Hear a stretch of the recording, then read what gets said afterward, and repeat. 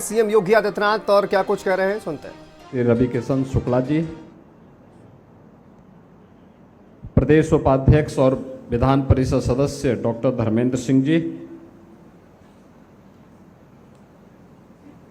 विधायक गोरखपुर ग्रामीण श्री विपिन सिंह जी, क्षेत्रीय अध्यक्ष श्री सहजानंद राय जी, महानगर संयोजक श्री राजेश गुप्ता जी, मंडल अध्यक्ष भारतीय जनता पार्टी श्री प्रशांत विश्वकर्मा जी, पार्षद श्रीमती पूनम सिंह जी, मंच पर उपस्थित प्रोफेसर राम नरेश दर दुबे जी, प्रख्यात चिकित्सक डॉक्टर राधा जीना जी, वरिष्ठ अधिवक्ता श्री वशिष्ठ मिश्रा जी, प्रमुख उद्यमी और समाज सेवी श्री प्रमोद माथानेलिया जी, आज के इस प्रबुद्ध जन सम्मेलन में उपस्थित राप्ती नगर मंडल से जुड़े हुए हमारे सभी पार्षदगण, चिकित्सकगण, अधिवक्तागण, उद्यमीगण, अन्य प्रबुद्ध समाज से जुड़े हुए सभी उपस्थित बहन और भाइयों, मैं सबसे पहले इस भीषण उमस भरी गर्मी में आप सबकी उपस्थिति के लिए आप सभी को हृदय से धन्यवाद ज्ञापित करते हुए आपका अभिनंदन करता हूं।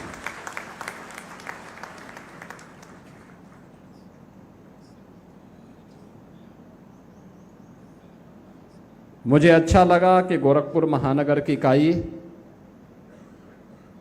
हर नगर मंडल में 3 सम्मेलन के जिस लक्ष्य को लेकर के आगे बढ़ी है, आज राप्ती नगर मंडल इस प्रबुद्ध सम्मेलन के माध्यम से उस कड़ी को एक नई ऊंचाई दे रही है।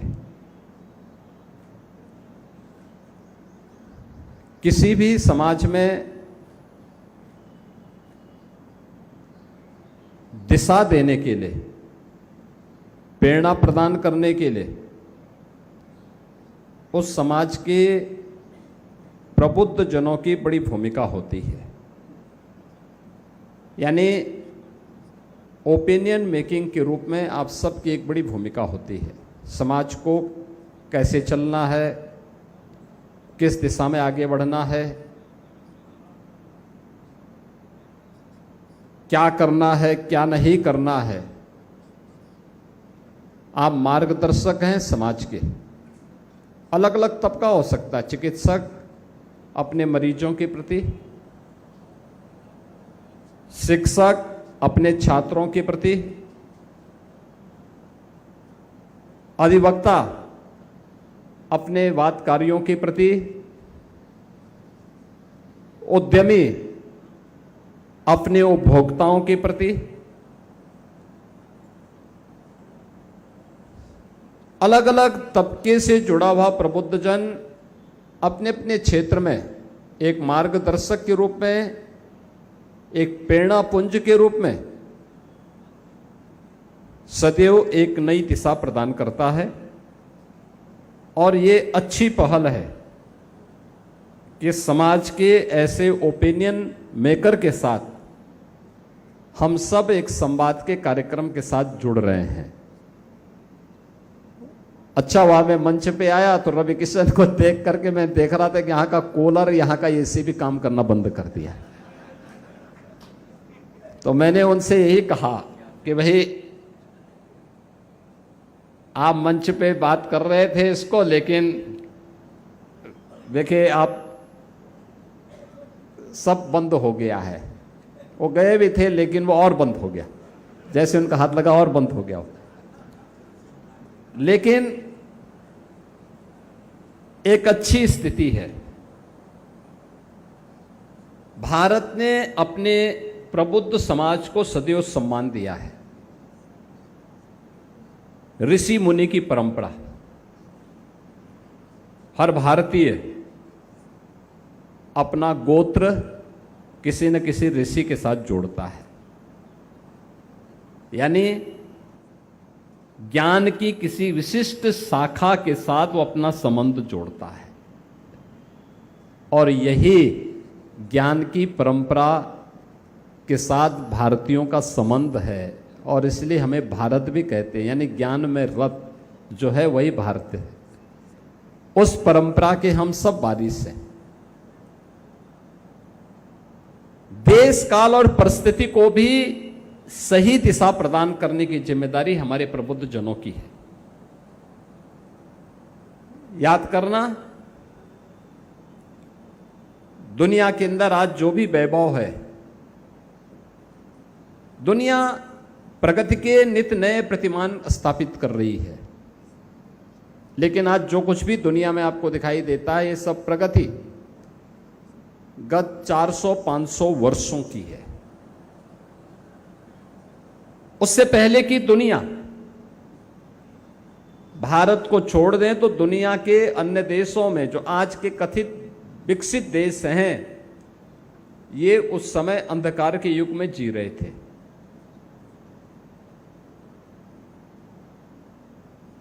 भारत दुनिया की उन प्राचीनतम सभ्यता और संस्कृतियों में है, हजारों वर्षों की विरासत जिसके पास है, हजारों वर्षों का एक गौरवशाली अतीत जिसके पास है, और जिसने अपनी बौद्धिक संपदा को केवल अपने लिए नहीं, दुनिया में शासन और आधिपत्य स्थापित करने के लिए नहीं, बल्कि विश्व बंधुत्व के भाव के साथ पूरी दुनिया को सर्वे भवन्तु सुखिनः सर्वे सन्तु निरामया के भाव के साथ, वसुधैव कुटुंबकम के साथ कि अयम निज परोवेति गणना लघु चेतसाम उदार चरितानाम तो वसुधैव कुटुंबकम, यानी ये विराट भाव लेकर के, ये मेरा है, ये तेरा है, ये भाव तो संकुचित बुद्धि के लोगों का होता है। उदार चरित्र वाले लोगों के लिए भारत ने क्या कहा कि पूरी दुनिया ही एक कुटुंब है, वसुधैव कुटुंबकम, पूरा विश्व एक परिवार है, और उस परिवार भाव के साथ हमने जीवन जिया है। हमारे ऋषि मुनियों ने उस प्रकार की प्रेरणा सदैव हम लोगों को दी है। हमने जबरन किसी पर आधिपत्य स्थापित नहीं किया, कभी नहीं। आप याद करिए रामायण का वह दृश्य, जब लंका पर भगवान राम विजय प्राप्त कर लेते हैं, लंका विजय हो जाती है। विजय होने के बाद कायदे से भगवान राम वहां के राजा हैं। 14 वर्ष के वनवास के दौरान भगवान राम कभी किसी राज्य में नहीं गए,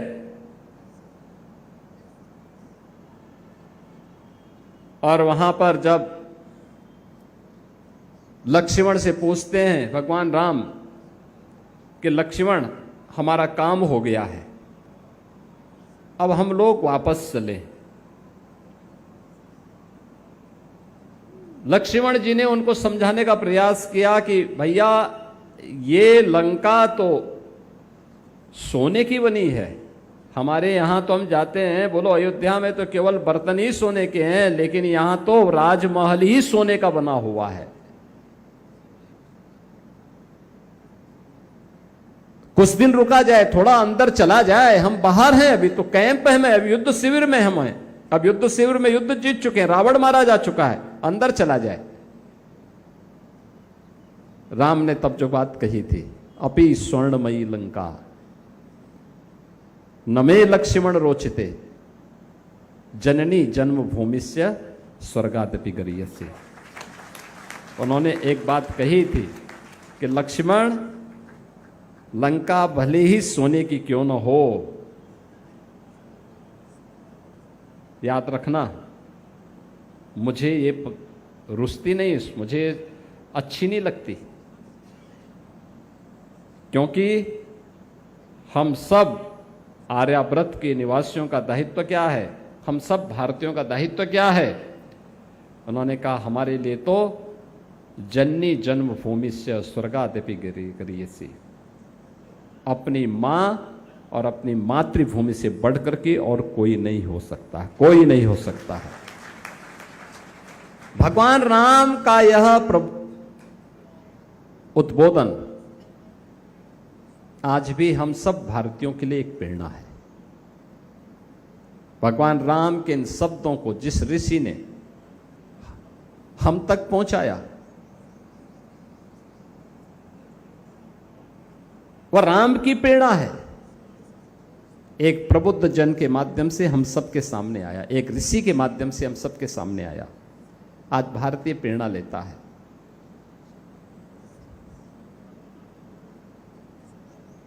पूरा भारतीय प्रेरणा लेता है। कौन कोना है देश का, जहां हम जाएं और हमारे बाने को पहन करके जब हम किसी के सामने जाते हैं तो लोग देख करके ही पहचान करके बोलते हैं जय श्री राम। देखिए, हमारा जान पहचान नहीं है। एयरपोर्ट पर हम चलते हैं, किसी गांव में, किसी शहर में, किसी फंक्शन में, दूर से ही पहचान करके, कोई जान पहचाने, दूर से ही देख करके कहते हैं योगी जी जय श्री राम। एक शब्द हम सबको सुनने को मिलता, उत्तर दक्षिण पूरब पश्चिम, वो हिंदी जानता हो न जानता हो, वो तमिल मूल का हो, मलयालम का हो, कन्नड़ का हो, तेलुगु का हो, मराठी हो, बंगाली हो, उड़िया हो, नॉर्थ ईस्ट की किसी भी भाषा को बोलने वाला हो, भारत की किसी भी भाषा और बोली को बोलने वाला हो, उसके मुंह से एक शब्द निकलता है जय श्री राम। यानी जय श्री राम का मतलब राम के उन आदर्शों को मानना, राम के उन आदर्शों पर चलना, जिन्होंने देश और समाज के लिए, तत्कालीन समाज के लिए एक प्रेरणा के रूप में हम सबको दिया है। ऋषि वाणी से वह हम सबके सामने अलग अलग ग्रंथों के माध्यम से हम सबके सामने प्रस्तुत हुआ है। बहनों और भाइयों, यह महत्वपूर्ण इसलिए भी, व्यक्ति का जीवन हो या समाज और राष्ट्र का, हमेशा एक जैसा नहीं होता है। यह धर्म चक्र है, उत्थान और पतन इसके जीवन का हिस्सा होता है। जब हम समृद्धि की प्रकाष्ठा पर हों, उत्थान की सर्वोच्च शिखर पर हो, तब अहंकार न हो। लेकिन जब चुनौती आए, संकट आए, तब निराश भी न हो। समभाव के साथ सम और विषम परिस्थितियों में कार्य करने की सामर्थ्य, और ये हर भारतीय को विकसित करना पड़ेगा, हर भारतीय का गुण बनना चाहिए, तभी देश आगे बढ़ेगा, तभी देश आगे बढ़ सकता है। आपने बदलते हुए भारत को देखा है। पिछले 11-12 वर्ष में बदलता हुआ भारत आज दुनिया के लिए एक प्रेरणा बना हुआ है। दुनिया के अंदर तेजी के साथ उभरती हुई भारत की अर्थव्यवस्था दुनिया के देशों के लिए तो प्रेरणा थी, लेकिन जो भारत को उभरने नहीं देना चाहते थे, उनके लिए चुनौती भी थी। याद रखना, हम सबको जो भी हमारा अस्तित्व है दुनिया के अंदर, अगर आज हमारा सम्मान बढ़ा है इसलिए क्योंकि भारत दुनिया के अंदर एक सही दिशा में प्रधानमंत्री मोदी जी के नेतृत्व में आगे बढ़ा है। उनकी दिशा सकारात्मक थी, भारत तेजी के साथ आगे बढ़ा, हर एक क्षेत्र में आगे बढ़ा। भारत का सम्मान दुनिया के अंदर बढ़ा। भारत की प्रगति दुनिया के अंदर शानदार प्रगतियों में से गिनी जाती है। लेकिन जो मैंने कहा कि जब आप अच्छी दिशा में कार्य करते हैं तो परीक्षाएं भी होती हैं। कोरोना जैसी महामारी का सामना हम सबको करना पड़ा था, पूरी दुनिया को करना पड़ा था, लेकिन 140 करोड़ की आबादी का भारत कोविड प्रबंधन में दुनिया के अंदर सबसे बेहतरीन कोविड प्रबंधन करने में सफल रहा। याद करिए, कोरोना जैसी महामारी में 140 करोड़ भारतीयों में जितने लोगों की मौत दुर्भाग्य से उस महामारी के कारण हुई, हमारी आबादी का यानी 140 करोड़ की आबादी भारत की और दुनिया का जो सबसे विकसित देश है उस अमेरिका की आबादी भारत का 1/4 है। 1/4 का मतलब कुल 34 करोड़ की आबादी वहां निवास करती है। भारत के अंदर 140, वहां केवल 34 करोड़। और अमेरिका में कोरोना से मरने वालों की संख्या भारत की तुलना में 4 गुना थी। यानी वहां अच्छे स्वास्थ्य केंद्र थे, प्रशिक्षित स्टाफ था, वैक्सीन भी था, दवा भी थी, सब कुछ था, लेकिन लीडरशिप इस प्रकार की नहीं थी कि कोरोना को मुकाबला करने के लिए वे भी फ्रंट फुट पर आकर के लड़ सके।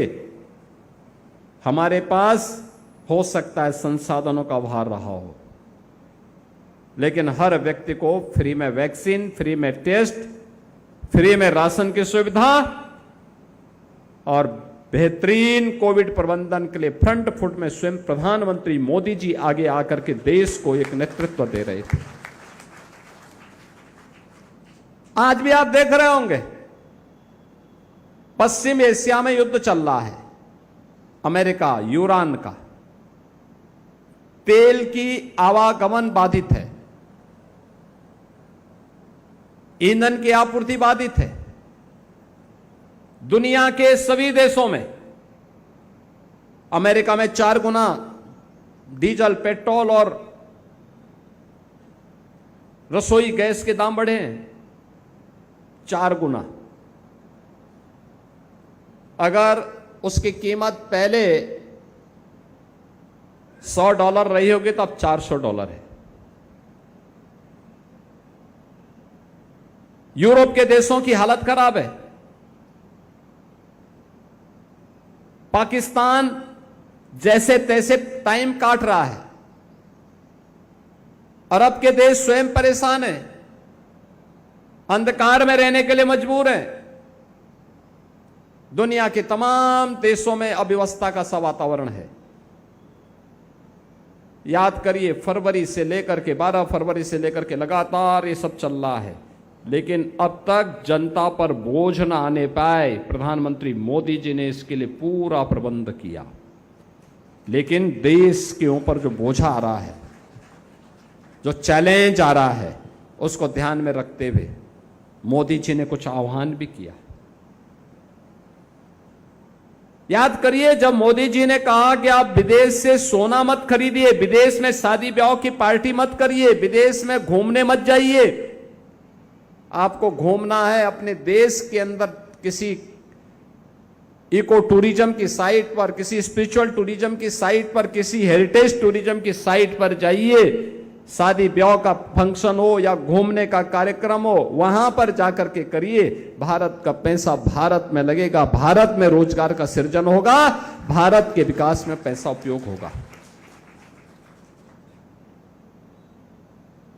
जब मोदी जी कह रहे हैं कि आप विदेश से सोना मत खरीद के लाइए, बल्कि भारत के अंदर जो आपके पूर्वजों का पुराना सोना है उसको निकालिए, उसकी मरम्मत करिए, उसको रिडिजाइन करिए। आज की जो मांग है उसके अनुसार रिडिजाइन कर सकते हैं, रिपेयर करा सकते हैं, सफाई करवा सकते हैं। हमारा दायित्व तो बनता है प्रधानमंत्री मोदी जी के आह्वान पर प्रभु श्री राम का लक्ष्मण को दे गए उपदेश से प्रेरणा प्राप्त करके हम भी सोने के पीछे नहीं भागेंगे, बल्कि अपने पूर्वजों की थाती को पुनर्जीवित करेंगे। जब मोदी जी कह रहे हैं ईंधन को बचाने के लिए हम सबको प्रयास करना चाहिए, ये प्रयास आपने देखा होगा पहले से है भी। जैसे पीएम प्रधानमंत्री हर घर मुफ्त सोलर बिजली योजना, रूफटॉप सोलर, घरों के ऊपर लग रहे हैं, उसका उपयोग होना चाहिए। जब आप कमरे में नहीं हैं तो पंखा, बिजली, कूलर या एसी ये सब क्यों चल रहा है? बंद कर दो ना उस समय। सस्ती बिजली का मतलब ये नहीं कि हम मनमाना खर्च कर लें।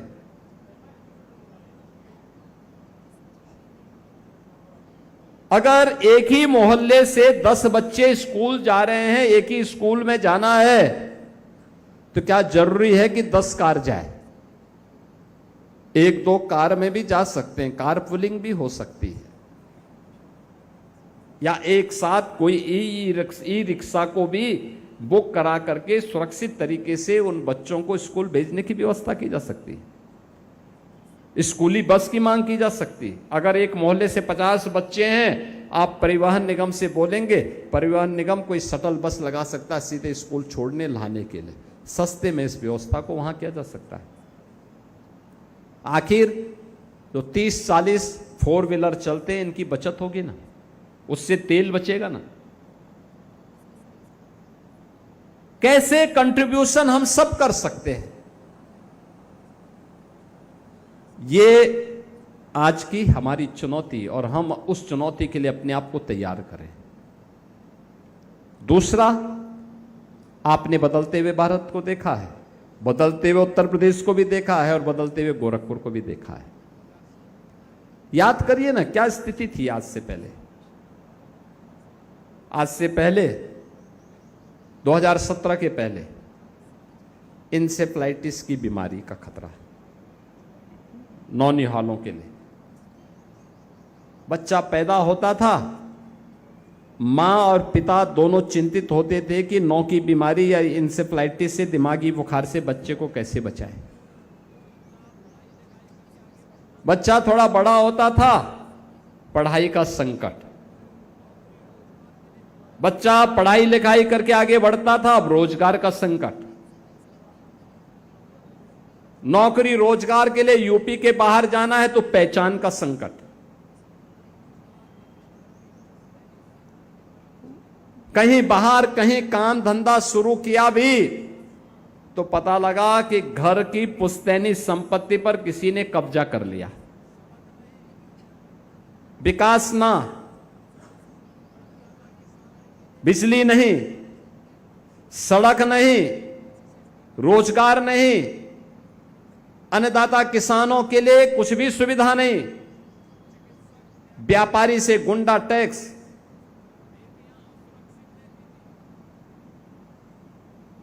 चिकित्सक भयाक्रांत, बेटियां असुरक्षित रहती थीं, दंगा, अराजकता, कर्फ्यू, ये यूपी की पहचान थी। आज तो नहीं है। आज न दंगा है, न कर्फ्यू है, न अराजकता है, न अव्यवस्था है। आज तो विकास है। जिस मार्ग से चलेंगे, या तो 4 लेन की कनेक्टिविटी होगी या कनेक्टिविटी बन रही होगी। जब बनेगी थोड़ा बहुत परेशानी उस समय होगी, लेकिन सामान्यतः वह एक बेहतरीन स्थिति पैदा करेगा। फर्टिलाइजर कारखाना बंद था, आपके ठीक पश्चिम में जाके देखिए, आज चल रहा है। एम्स गोरखपुर में नहीं था, आज एम्स गोरखपुर में है। बीआरडी मेडिकल कॉलेज स्वयं बीमार था, उपचार क्या करता, आज बेहतरीन सेवा दे रहा है। आज हर नौजवान को नौकरी और रोजगार की गारंटी है। अकेले गोरखपुर में पिछले 9 वर्ष के दौरान 15,000 करोड़ रुपए के प्रोजेक्ट लगे हैं और लगभग इतने और लगने जा रहे हैं। 15,000 करोड़ का मतलब लगभग 50,000 नौजवानों को सीधे सीधे नौकरी और रोजगार मिला है। ये सभी गोरखपुर और पूर्वी उत्तर प्रदेश के नौजवानों को मिला। इतने नौजवान पहले बाहर जाने के लिए मजबूर होते थे। आज स्वास्थ्य की सुविधा है, इंसेफ्लाइटिस पूरी तरह समाप्त। नौजवान के लिए पढ़ाई की अच्छी व्यवस्था है, उसके रोजगार की गारंटी है, नौकरी की गारंटी है, बेटी की सुरक्षा की गारंटी भी है, विकास की भी गारंटी है। प्रबुद्ध जनों से मेरी यही अपील है, इसको चर्चा परिचर्चा का विषय बनाना चाहिए। याद करिए, आज जो नौजवान 20 वर्ष का होगा, 22 वर्ष का होगा, आज से 9 वर्ष 10 वर्ष पहले वह 11-12 वर्ष का रहा होगा। उसको पता नहीं रहा होगा, भूल गया होगा। आज जो 18 वर्ष का होगा, 9 वर्ष पहले 9 वर्ष का रहा होगा। 9 वर्ष की बुद्धि क्या होती है बेचारे की? तीसरी चौथी क्लास का छात्र। अगर आप वर्तमान पीढ़ी को बताएंगे नहीं कि 9 वर्ष पहले क्या था, आज क्या परिवर्तन हुआ है, तो हमारी पीढ़ी भूल जाएगी कि अराजकता क्या होती है, गुंडागिर्दी क्या होती है, ये जातिवाद क्या होता है, ये क्षेत्र और भाषावाद क्या होता है, ये कर्फ्यू क्या होता है, ये तुष्टीकरण की नीति का खामियाजा इस देश को कैसे भुगतना पड़ा है, ये क्षेत्रीय दल कैसे शोषण कर रहे हैं, देश के साथ कैसे विश्वासघात कर रहे थे। अभी आपने बंगाल के अंदर के परिणाम को देखा होगा। बंगाल, पूरा देश अभिभूत है बंगाल में भारतीय जनता पार्टी का कमल खिलने पर, क्योंकि बंगाल में आज सुरक्षा का माहौल बना है। रहे आप गोरखपुर में रहे हैं, रहने के लिए कोई मुंबई में होगा, कोई बेंगलुरु में होगा, कोई सूरत में होगा, कोई हैदराबाद में होगा, लेकिन वह खुश है कि बंगाल का भाई भी अब सुरक्षित हो गया है, अब कोई शोषण नहीं कर पाएगा वहां पर भी। क्योंकि क्षेत्र के लिहाज से हम अलग अलग प्रदेश हो सकते हैं, लेकिन भाव और भंगिमा हम सबकी एक है, देश प्रथम है, देश प्रथम है, देश से बढ़कर के कुछ नहीं है। और नेशन फर्स्ट की इस थ्योरी को ही अपने जीवन का हिस्सा बनाना, अपनी वर्तमान पीढ़ी को अतीत से भी अवगत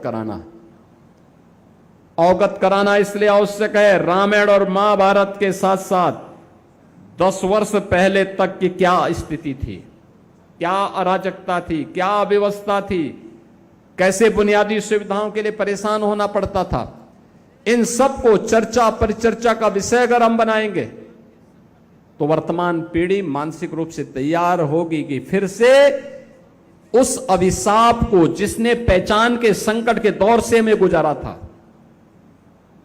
जिसने हम सबके सामने पहचान का संकट खड़ा किया था, जिसने हमारे रोजगार को छीनने का कुत्सित प्रयास किया था, जिसने उत्तर प्रदेश जैसे राज्य में जो अनलिमिटेड पोटेंशियल का राज्य है, इस राज्य के सामने पहचान का संकट खड़ा करके भारत के सबसे बड़ी आबादी के राज्य को बीमारू राज्य की श्रेणी में लाके खड़ा कर दिया था, उन लोगों को, उस अभिशाप को फिर से यूपी के ऊपर हावी नहीं होने देना है।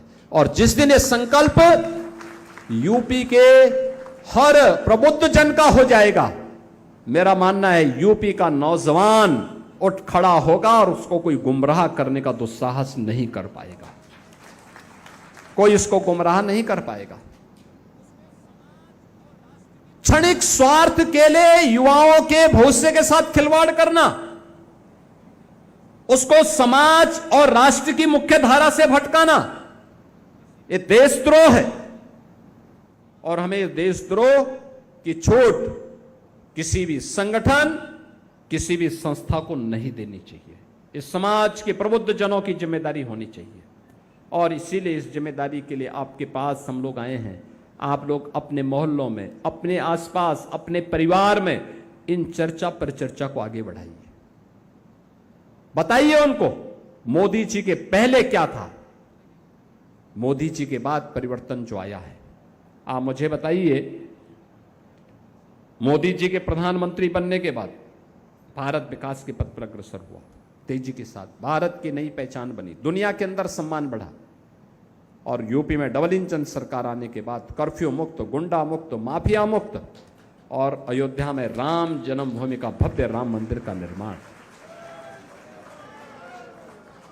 क्या ये हो पाता अगर ये डबल इंजन की सरकार नहीं हो पाती? तो अपनी पीढ़ी को सौभाग्यशाली मानो कि इस लोक में तो आप अभिभूत हैं ही, इस लोक के बाद भी आप बता सकते हैं कि हमारे सामने प्रभु का भव्य मंदिर का निर्माण हुआ है, ये बता सकते हैं। और इसलिए बहनों और भाइयों, प्रबुद्ध जनों का आह्वान करने के लिए मैं आया हूं।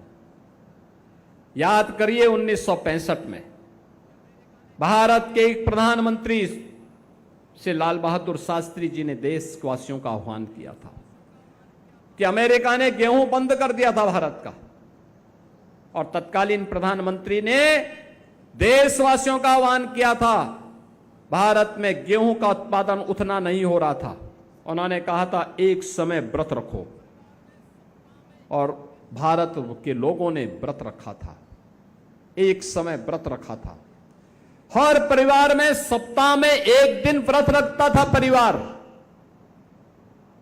और मैं देखता हूं ये व्रत रखने की परंपरा तब से जो चली, भारत के आरोग्यता का कारण भी बनी।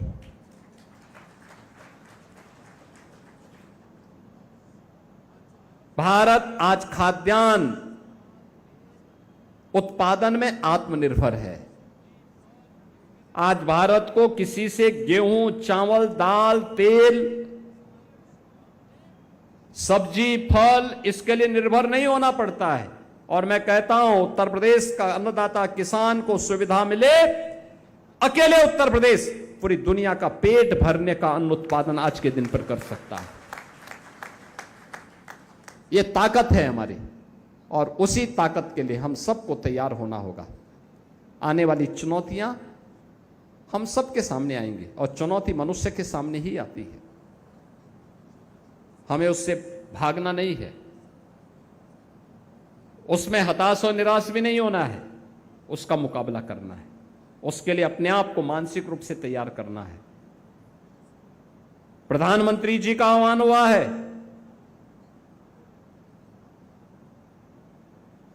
कि हम लोग ईंधन की बचत करने में योगदान दें।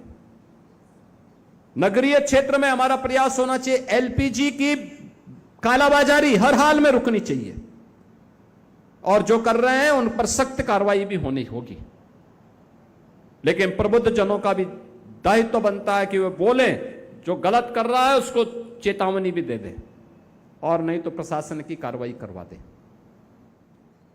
हमारा प्रयास होना चाहिए पीएनजी के कनेक्शन के लिए हम आवेदन करें, स्मूथ कनेक्शन मिल जाएगा। सिटी गैस डिस्ट्रीब्यूशन की व्यवस्था के साथ हम जुड़ेंगे और अच्छे परिणाम उसके आ सकते हैं। जितनी आवश्यकता है, अगर ईंधन की कुछ ज्यादा क्राइसिस आती है, घर में भोजन के आइटम कम हो सकते हैं, यह आवश्यक नहीं कि 56 व्यंजन बनने ही बनने हैं, वह कम भी हो सकता है। अगर पब्लिक ट्रांसपोर्ट की सुविधा है, सिटी बस सेवा है, हम प्रयास करें एक दिन, सप्ताह में एक दिन, 2 दिन ऑफिस जाने के लिए, किसी सरकारी कार्यक्रम में जाने के लिए, किसी बाजार को जाने के लिए अपनी कार, अपनी बाइक ले जाने की बजाय उस सेवा का उपयोग करें, सामूहिक रूप से करें, अच्छा परिणाम आ सकता है। कुछ तो पहल हो, कुछ तो पहल होनी चाहिए, और उस पहल में हम भी कह सकते हैं फिर कि देखिए मेरे देश के सामने चुनौती आई थी, मैं भी उस चुनौती का मुकाबला करने के लिए एक अच्छा मॉडल देने की दिशा में हम भी आगे बढ़े हैं, और उस मॉडल को आगे बढ़ाने की दिशा में आप सबका मैं आह्वान करूंगा, प्रबुद्ध जन इसके लिए अपने स्तर पर प्रयास करें। कैसे हम इन चुनौतियों का सामना कर सकते हैं? ये एलपीजी की आ सकती है, ये डीजल पेट्रोल की आ सकती है, ये किसी भी अन्य क्षेत्र की आ सकती है। और जब चुनौती हो तब कोई राजनीति करे तो उसको एक सिरे से खारिज भी करना चाहिए। एकदम समाज के मोहल्ले के वासियों की तरफ से विज्ञप्ति जारी होनी चाहिए कि देश संकट में है, ये लोग राजनीति करते हैं, इनकी राजनीति को हम निंदा करते हैं, उसको कंडेम किया जाना चाहिए। देश की कीमत पर राजनीति ये स्वीकार्य नहीं होने चाहिए। आज के इस अवसर पर मैं भारतीय जनता पार्टी महानगर इकाई को, राप्ती नगर मंडल इकाई को हृदय से बधाई देता हूं कि इतनी बड़ी संख्या में, इतनी भीषण गर्मी में इतने प्रबुद्ध जनों को आप सब ने यहां पर एकत्र किया है। मैं यहां के पार्षद को, मंडल अध्यक्ष को, मंच पर उपस्थित हमारे जो प्रबुद्ध जन है, प्रोफेसर राम नरेश दुबे जी, डॉक्टर राधा जीना जी, श्री वशिष्ठ मिश्रा जी, श्री प्रमोद मातनहलिया जी और अन्य यहां पर उपस्थित सभी प्रबुद्ध जनों को मैं हृदय से धन्यवाद देता हूं कि आप सभी लोग आज यहां पर आए। विकास की भी प्रक्रिया के साथ आने वाली चुनौतियों का मुकाबला कैसे हमें करना है, इन चुनौतियों से भी आप सब वर्तमान की चुनौतियों के साथ, देश के साथ मिलकर के, कंधे से कंधे मिलाकर के समाज को एक नया मार्गदर्शन देंगे, इस विश्वास के साथ आप सबके प्रति मैं अपनी शुभकामना देता हूं। धन्यवाद। जय हिंद। अभी हम